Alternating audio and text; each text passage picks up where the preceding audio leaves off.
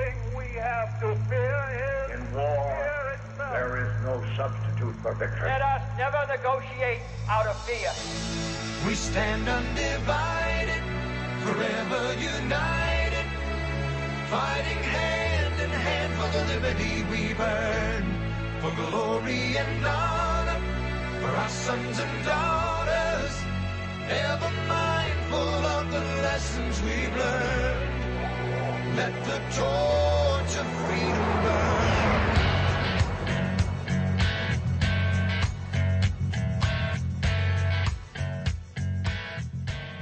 Welcome to the intersection of faith and politics. This is WallBuilders Live. Thank you for joining us today. Be sure and visit online at wallbuilders.com and wallbuilderslive.com. Send us your emails to radio@wallbuilders.com, and also check out our list of stations there on the website.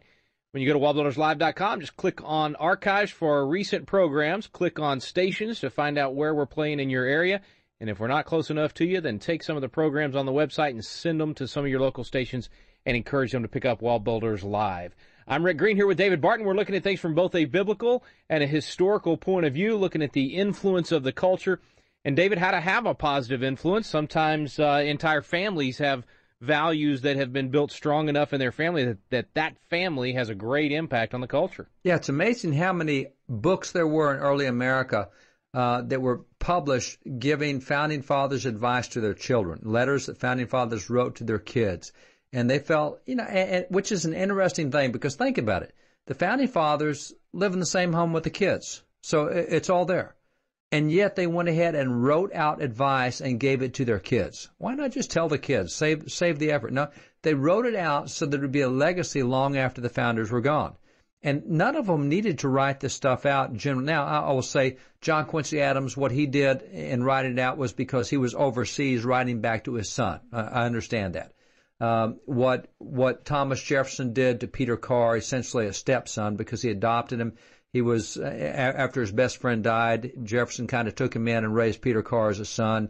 And so when he's off at school, he writes letters giving him advice. But so many of the examples of founding fathers giving advice to their kids are still living with them.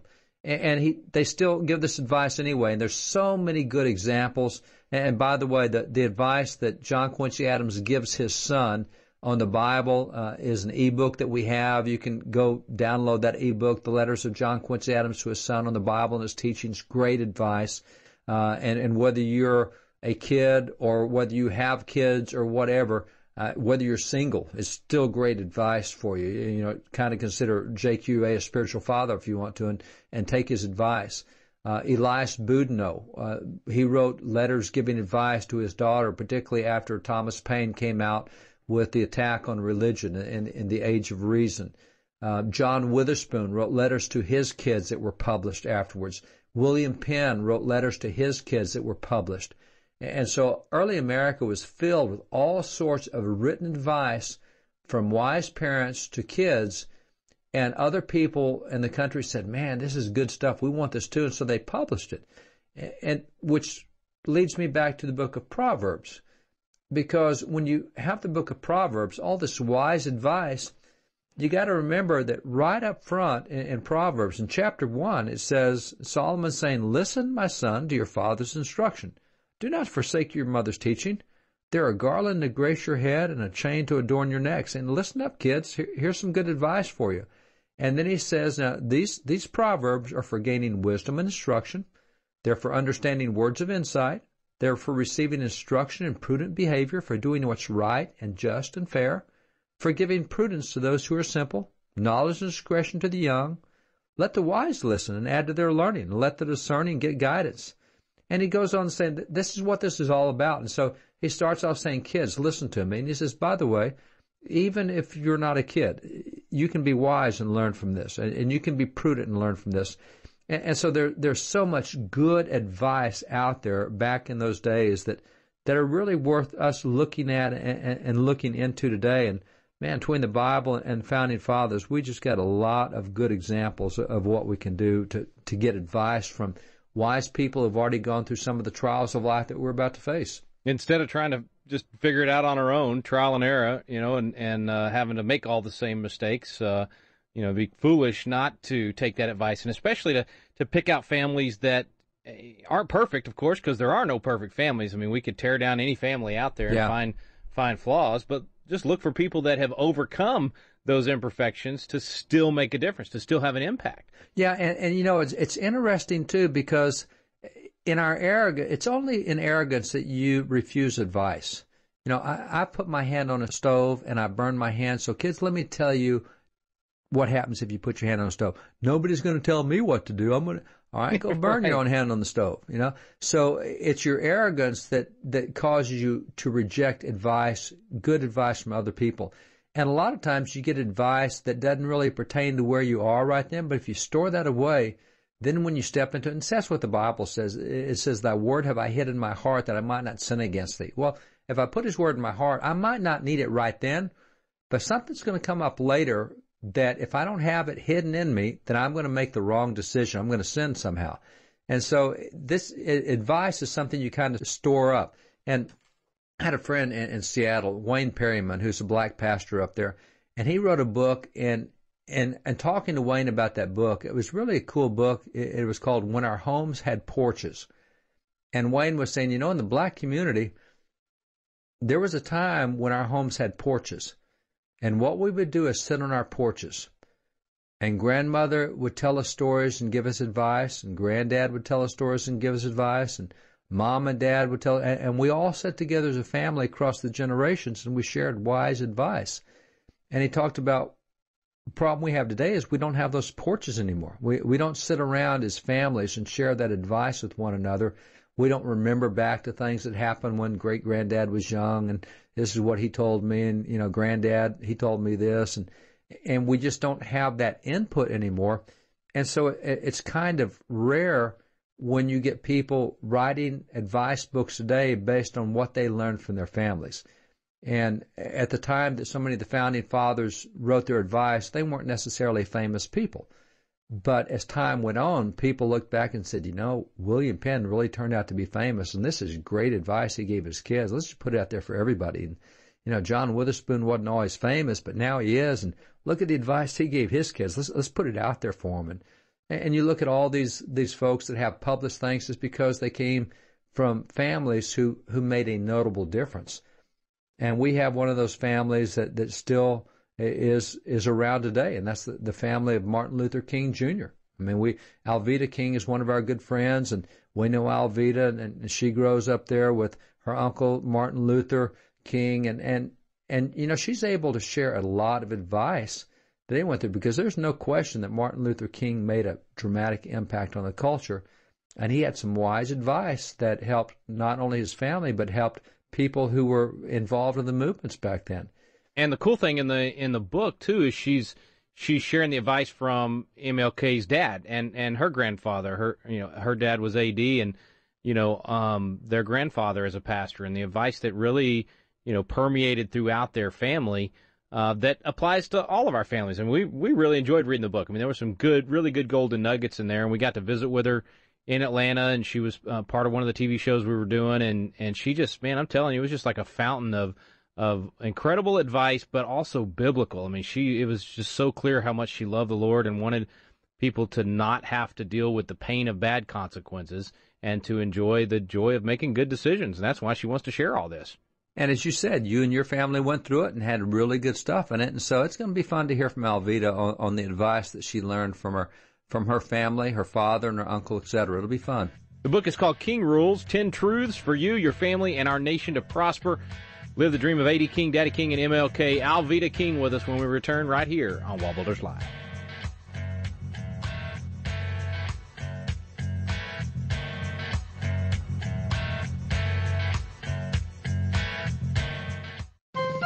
This is David Barton with another moment from America's history. Today, we heard that our founding fathers were largely atheists, agnostics, or deists.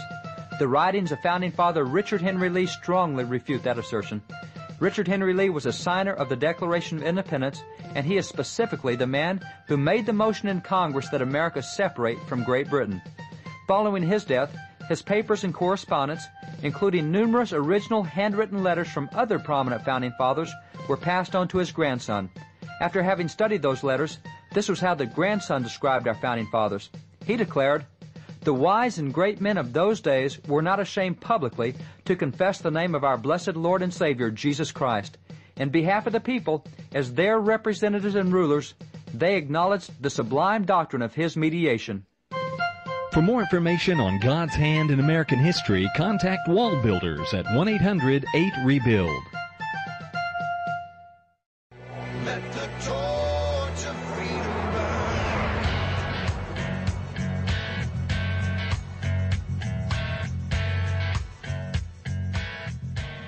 Welcome back to the intersection of faith and politics. WallBuilders Live with David Barton and Rick Green. Thanks for staying with us today. Our guest today, our good friend, Dr. Alveda King. It's so good to have you back, Dr. King. Well, hello, how are you? And hello to everybody at WallBuilders. I'm glad to catch up with you. Well, we appreciate the work you do for Priest for Life and love your book, King Rules. 10 Truths for you, your family, and our nation to prosper. Absolutely fantastic. Thank you. I love the fact that you have shared with us the principles that your family was so effective in creating change for the world, and that you live by. Well, you know, I've been friends with WallBuilders for a long time. David and I and all of us have had these long conversations about what it was like to grow up in a family that raised Martin Luther King Jr. And so I thought it was so important to begin to write those principles down for my own children who are adults, their children, my grandchildren. And then I realized, because people would ask all the time, we all needed to go back to what we call the basics, the old school, and that's all founded in the Bible. And so that's really what the book is about. If you look at all 10 rules, you can find appropriate scriptures that fit each rule. Well, it does, and this is actually what I enjoyed about it. Actually, my daughter and I went through the book together, and it's life lessons for not only how a culture would work better and good policies for a society, but just how to maintain your family and how to have a good home life with your family. Absolutely, and that's because we started with make home a priority, and it could be a big house, a small house, one room. You could live with friends or relatives. Some people say, well, I live by myself, so what kind of home is that? Well, you can make that home with you and Jesus. That'd be just absolutely marvelous as well. So making that home a priority, a sanctuary, something that makes you feel good when you walk in the door. And then if you can do that, make home a priority, it should be neat and clean and, just whatever it is that is good for you. Then you can serve your family in that home.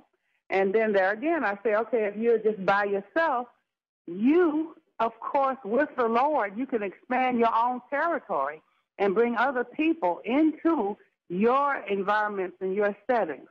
So when we learn to serve our family, then we can learn to serve the community. And that means no unkind words, no unkind thoughts, thinking of things to do with members of your family that will please them.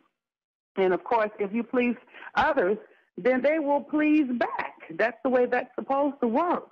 And then once we do that, get a good education, and there's no argument about that. Some people say homeschool is best. Some people say private schools or church schools. Some people say, well, I don't have a choice. I have to go to public school. Whatever the school is, education should be good. Prayer never should have come out of schools in 1963. And so that was a problem. And it goes on. Let me do them real fast. Guard your heart in matters of love and marriage. Defend life. Father Frank Pavone wrote afterwards for that.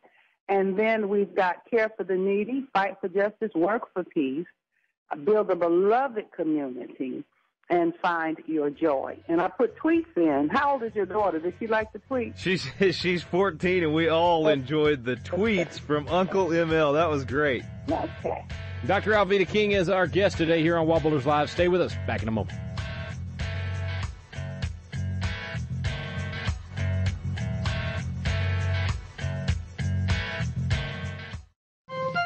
This is David Barton with another moment from America's history.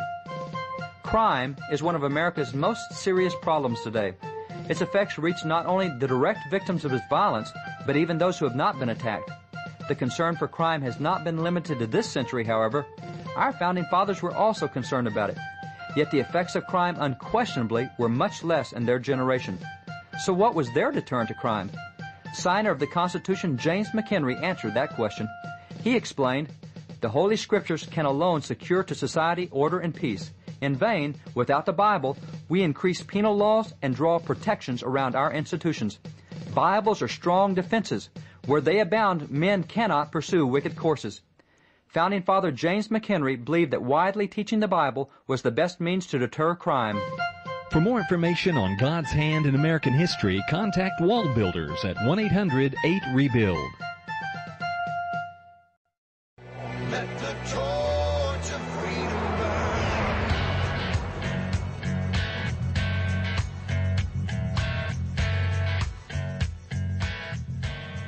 Our guest today is Dr. Alveda King. We're talking about her new book called King Rules, and it's all about the rules that her family lived by, that MLK had such a foundation of, that allowed him to have such an impact on the world, as well as her father, A.D. King, and just a great way of distilling down what it was that made them different and able to respond in peace in the face of violence, what it was that made them capable of moving an entire nation, frankly, in the world, in the right direction. So you've actually taken this and you made it apply. I mean, any family can learn so much from this. It's called King Rules.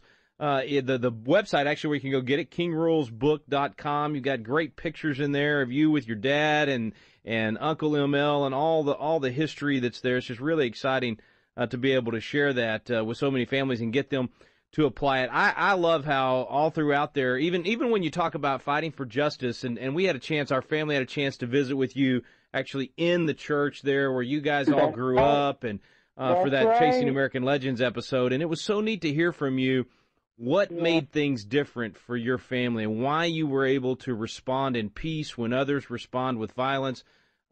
Just the biblical foundation that you told us about as we stood right there in the church. Share a little bit of that with us as well. Well, as we talked, and your wonderful children, your wife, the questions that were asked in that environment where Martin Luther King Jr. preached and talked and taught others, and the opportunity to do that and to look at the spirituality of it. I had to speak at a religious freedom rally in Georgia, okay? And so we were in Georgia at the state capitol, and I read a quote from my uncle who said it was never his goal or desire to be a politician, so he would never run for office. He didn't set out to be a civil rights leader. He meant to be a preacher of the gospel of Jesus Christ. And so I've been talking about his position on that lately. And so it was a wonderful experience to share that with you and your families. We walked up and down those same streets where Martin Luther King Jr. was raised, and he preached. It was a wonderful time. Well, your dad and your uncle, both, a pastor's heart. How important was that in wanting? It was almost like, taking care of their flock. I mean, it was teaching in the movement, teaching the principles that would get the best results.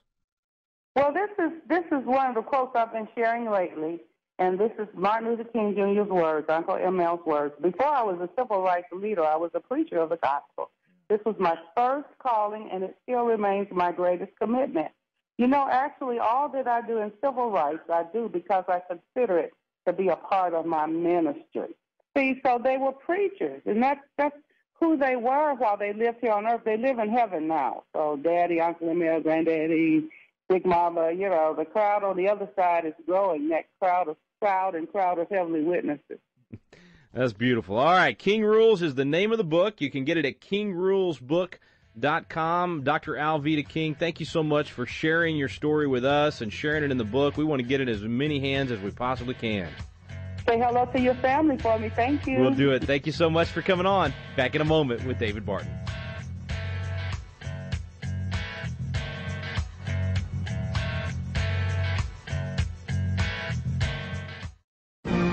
Have you noticed the vacuum of leadership in America? We're looking around for leaders of principle to step up, and too often, no one is there. God is raising up a generation of young leaders with a passion for impacting the world around them. They're crying out for the mentorship and leadership training they need. Patriot Academy was created to meet that need. Patriot Academy graduates now serve in state capitals around America, in the halls of Congress, in business, in the film industry, in the pulpit, and every area of the culture. They're leading effectively and impacting the world around them. Patriot Academy is now expanding across the nation, and now's your chance to experience this life-changing week that trains champions to change the world. Visit patriotacademy.com for dates and locations. Our core program is still for young leaders 16 to 25 years old, but we also now have a citizen track for adults. So visit the website today to learn more.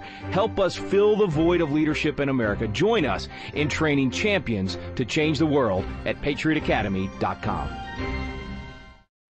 Let the torch of freedom burn.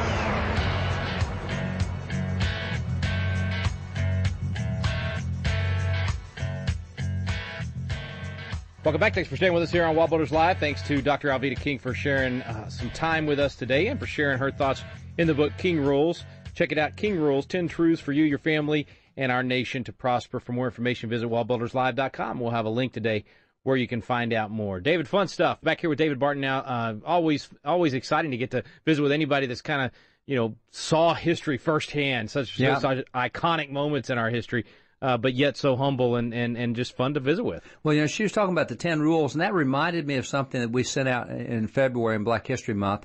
And we came across something that I had never seen before. And back when Martin Luther King Jr. was doing so much in the civil rights movement, one of the groups that he's part of was the Alabama Christian Movement for Human Rights. And that was out of Birmingham, and that's where so much of the activity occurred. And so what happened is they had volunteers that would be part of that group in Birmingham. And, I'm looking at the card here. It says that you can volunteer to run errands, drive my car, fix food for volunteers, clerical work, make phone calls, answer phones, mimeograph, type, print signs, distribute leaflets. These are volunteers that are bringing an organization. But you could not be a volunteer unless you signed a pledge. And this is what it says. It says, I sign this pledge having seriously considered what I do and with the determination and will to persevere. So this is the pledge, and there are 10 things you have to agree to just to be a volunteer to this organization. And I want to just read these. It says, I hereby pledge myself. And remember, this is Martin Luther King Jr., and you want to be a volunteer. Here's what you pledge to. It says, I hereby pledge myself, my person and body, to the nonviolent movement. Therefore, I will keep the following 10 commandments. Now, these are the 10 commandments, and you had to sign your name at the bottom saying, I understand, I'll follow. Here's commandment number 1. Now grab this. This is Martin Luther King Jr. This is the movement they've got. I don't think you probably heard this in your textbooks. Here's command number 1. It says, number 1, meditate daily on the teachings and life of Jesus. Wow, I don't think I heard that in school. Nobody talks about that. Number 2, to be part of that movement. Number 2, remember always that the nonviolent movement in Birmingham seeks justice and reconciliation, not victory. Wow, that's great advice even for today. Justice and reconciliation, not victory. Number 3, walk and talk in the manner of love, for God is love. Number 4, pray daily to be used by God in order that all men might be free. Number 5, sacrifice personal wishes in order that all men might be free. Number 6, observe with both friend and foe the ordinary rules of courtesy. Number 7, seek to perform regular service for others and for the world. Number 8, refrain from the violence of fist, tongue, or heart. Number 9, strive to be in good spiritual and bodily health. And then number 10, follow the directions of the movement and of the captain on the demonstration. You got to pledge those 10 things to be part of Martin Luther King's movement. Now, 9 of those you could still use today. I mean, that's great stuff. That's great advice. And so it's not surprising that Alveda would have all this good advice from her family, because look what they were required even for people to be part of their movement back then. I mean, that is such a good spiritual focus. And she really outlines it well in the book, as she even talks about the need for investigation before you protest, and how MLK said that, and she breaks down what that means. You don't start protesting until you're absolutely sure that there is a no justice, and that there needs to be justice, and that there's an affront to justice, and then you do it peaceably, and you go through all those things. And that today we're just kind of knee jerk. We just we jump up and want to scream and holler instead of saying, wait, let's look at what really happened here. Yeah, that's right. And I love what she was saying, that all the rules that for the family, that there's scriptures for each one of those rules. And that's the way it should be. You know, it's like back to Proverbs 1. Listen, my son, let me give you some advice here, and that is the scriptures.